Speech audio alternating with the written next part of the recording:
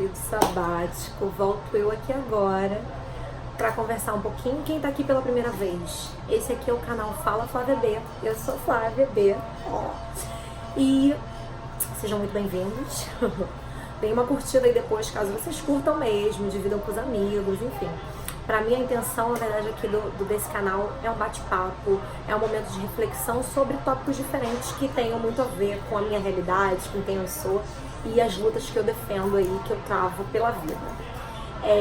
Bom, hoje eu vim falar do manifesto de eu favelada para essa sociedade preconceituosa que a gente habita, né, que a gente vive. E assim, o que eu gosto muito de falar nos meus vídeos eu falo da minha vivência, da minha realidade, do meu conhecimento e das coisas que eu procuro saber e que eu vivi, né? Então assim, tudo que eu vou falar aqui é de uma favelada que foi nascida e criada no Morro do Vidigal, que é localizado na Zona Sul. E por que eu gosto de ressaltar isso? Number one, nós, moradores de comunidade favela, somos como moradores de bairros, né? Favelas, comunidades são bairros. Eu falo favela porque, assim, pra mim muda o seu nome pra comunidade, mas não muda a infraestrutura do local, não muda a forma como a sociedade nos vê. O que muda, enfim, né, comunidade, favela? Então eu me considero, sim, moradora de favela, favelada, e pra mim a questão da nomenclatura, se não há uma mudança estrutural em todas, a forma como a gente é visto, e também na estrutura da comunidade ou da favela, não faz tanta diferença assim, enfim. Mas por que eu ressalto essa diferença? Porque é muito diferente, por exemplo, se a gente estiver falando de uma favela na Zona Norte ou na Baixada do Rio de Janeiro, ou se a gente está falando de uma favela em outra cidade. Como são os bairros, né, gente? Cada bairro, cada localização, ela tem as suas particularidades e, óbvio, tem suas similaridades. Então é sobre isso que eu tô falando, pontuando essas diferenças. E aí enfim, eu comecei a pensar sobre um monte de coisa, né? Hoje a gente tem um governador da cidade que defende a ideia do fim da violência com a violência, né? E eu vivenciei a questão do tiroteio, guerra, né, entre o tráfico e a polícia, entre o traficantes de diferentes facções. Eu vivenciei isso durante alguns anos da minha vida.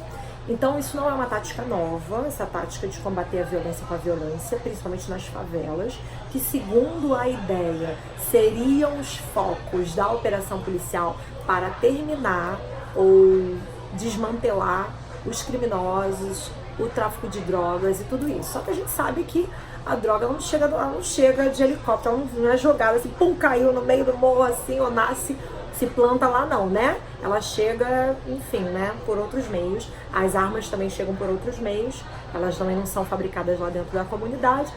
Então a gente sabe que isso é uma verdade não verdadeira, né? Se você for um pouquinho inteligente, um pouquinho esperto, a gente entende que essa é uma política que não visa combater a violência e o crime.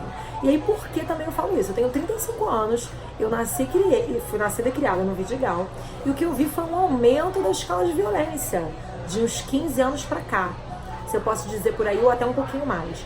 Então, assim, o que houve foi um aumento e uma disseminação da violência, e não o contrário, como se gosta de pregar aí, quando se defende esse tipo de política assassina. E nesse tipo de política assassina, a ideia de exterminar, né? A ideia de extermínio do povo pobre e do povo preto. Porque eu sempre faço essa analogia, né? Que a favela hoje é a senzala de ontem, né? Se você estudar um pouquinho e você se atentar como é que foi o processo de abolição da escravatura, que não foi um presente de Princesa Isabel, e sim veio da luta dos nossos antepassados, você percebe que acabou-se com a escravidão e aí deram de presente para aquele pessoal que trabalhou durante 400 anos para construir o Brasil de graça, que não ganhava nada. Falaram assim, então, agora vocês estão livres, gente, vai pra rua, né?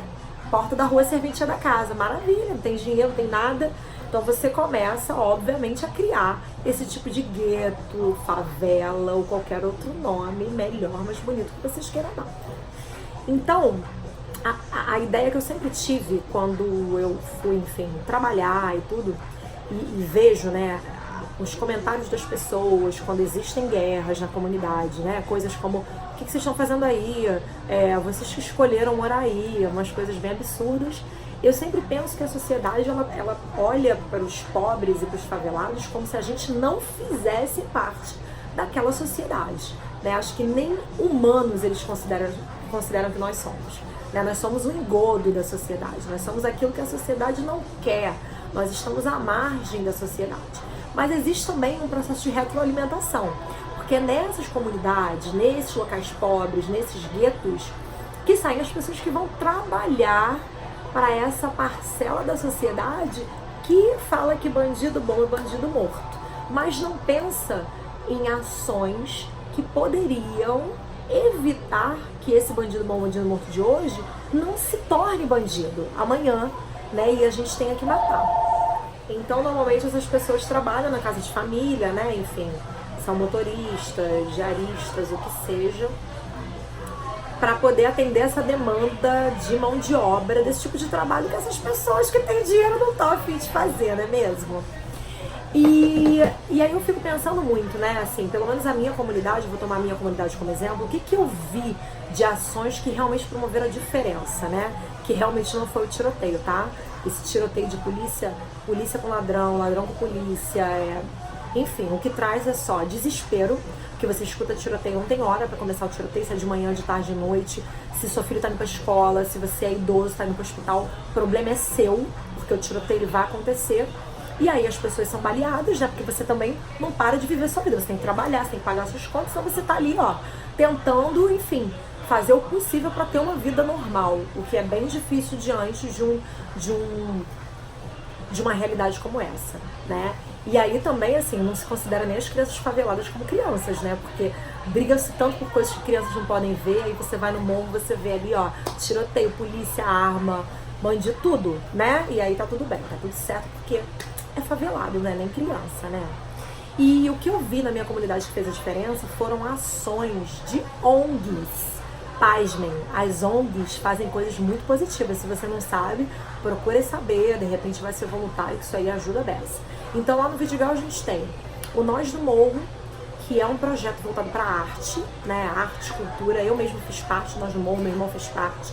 Vários amigos que eu tenho descobriram o seu talento e o seu chamado para arte através do Nós do Morro, né? E o Nós do Morro ele não modificou só as pessoas que faziam parte do projeto, mas a gente também.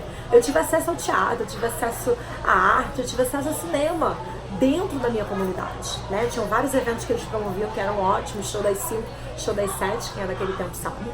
E aí a gente viu a transformação através da cultura, através da arte com o Nós do Morro. A gente tem o Rafi Giglio, que ele tem um projeto de boxe. Então, por exemplo, nas últimas Olimpíadas eu fui assistir 2 atletas que são nascidos e criados no Vidigal. E isso é incrível. Então a gente vê aí que uma outra porta de possibilidades é o esporte.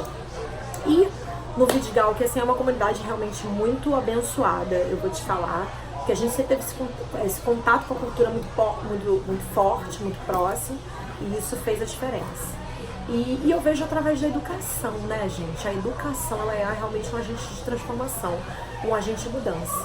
Então, eu realmente fico pasma quando eu escuto certos comentários. Fico assim, quando eu escuto, né? Ai, não, vocês escolheram viver aí. É óbvio, né? A gente nasceu e aí na maternidade, a enfermeira, antes de dar 3 tapinhas no nosso bumbum, ela perguntou assim, você quer morar onde? No Leblon, Campo Grande, ou na Rocinha, ou no Vidigal? E a gente, porra, é óbvio que eu vou morar na comunidade. Porque pra mim escolha é isso, né? Quando você tem escolha, você tem opções. Quando você não tem opções, amor, você não tem escolha, não. Aquilo ali é o que te cabe, é aquilo ali que é o que você pode ter.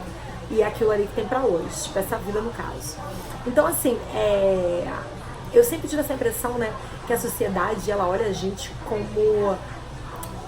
Sabe aquela coisa que você não quer, que você pudesse jogar no lixo?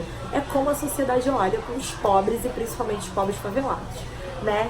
E a gente não é inserido nessa sociedade, que a gente também faz parte.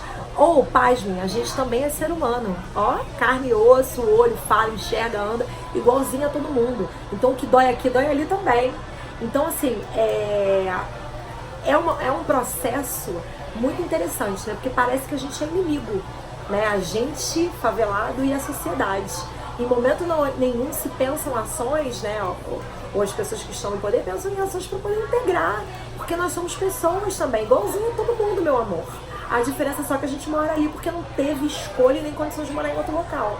Que é óbvio que se tivesse, muitas pessoas não estariam ali. Isso é uma coisa bem óbvia, porque eu tô falando da minha realidade, mas tem realidades bem mais precárias do que a minha.